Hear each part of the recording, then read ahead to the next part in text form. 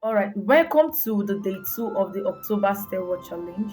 Still on our theme, Where Art Thou? We're going to be looking into the second reason why we can't be found wanting and absent from the presence of God.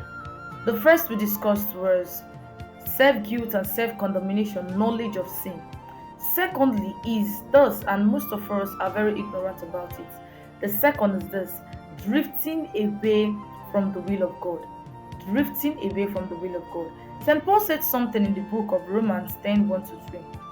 He said, Brethren, I bear you record that the zeal you have for God, this desire, this burning, is not in accordance to the will of God upon your life. So that is to say, every one of us have a unique calling.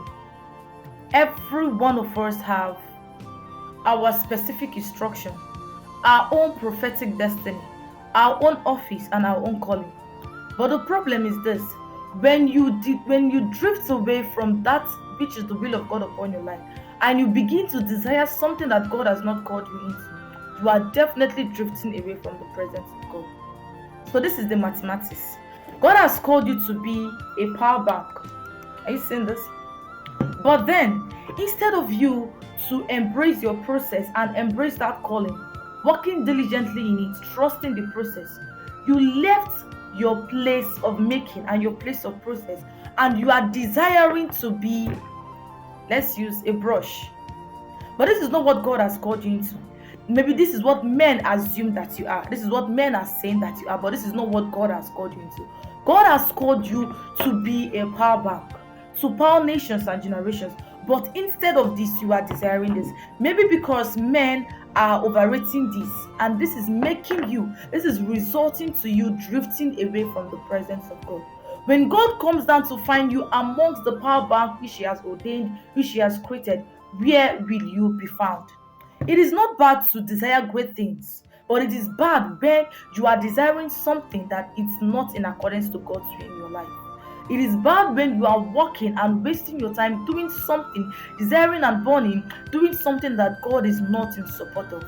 Why not found that which God has called you into? Why not embrace your calling and embrace your process? So when God comes down to dwell with you, to fellowship with you, to give you His message, He will find you among the things He has ordained, among the things, the niche that He has called you in something. He said the gift of God is for every man. The manifestation of the gifts of God is for every man to profit without. But He says, for prophesy in measures, in diversities, in different oppression and in different dimension. So, what God has called you into, He gives you your own kind of people. What God has called you into, He gives you your own sound, your own language, your own sermon. But when you have left the place of your making, desiring to be another thing, that is where the struggle begins. That is where the real spiritual struggle begins. And you see yourself fighting and constraining yourself to do things because you're no longer helped by God, because you have left on your own. The Bible says, the way that seemeth right unto a man, the end thereof is destruction. When God comes down to find you, where will you be? When He comes down to find you among the clique where He has molded you to be, you'll be found there, or you'll be found doing something abstract from what He has called you to become. The question is, where art thou? Men may say God has called you to be a singer, but no, He has called you to be a writer.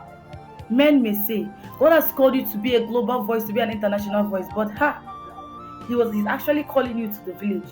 Men may say things because of how gifted you are, or your potentials, your giftings, and the rest. Find what God is saying about you. Find your true divine purpose. That is where the joy comes. That is where the help comes. And then you find yourself doing things at ease. The secret is this: find God's given divine purpose over your life, and do not drift away from it. And do not desire something that is not yours, so that you can be found always with God when He comes to seek you. The Bible says the end of a thing is greater than the beginning. For the thought that God has for us is of good and not of evil. He that has started that good work in your life will definitely finish it. Then hold fast the profession of your faith. For faithful is he that has called you. Faithful is he that has ordained you. He said he has ordained you and he has chosen you, not you ordaining yourself or choosing yourself, but he directing you on your pace, on your what path that is going to suit you and make you what to end in a way that you want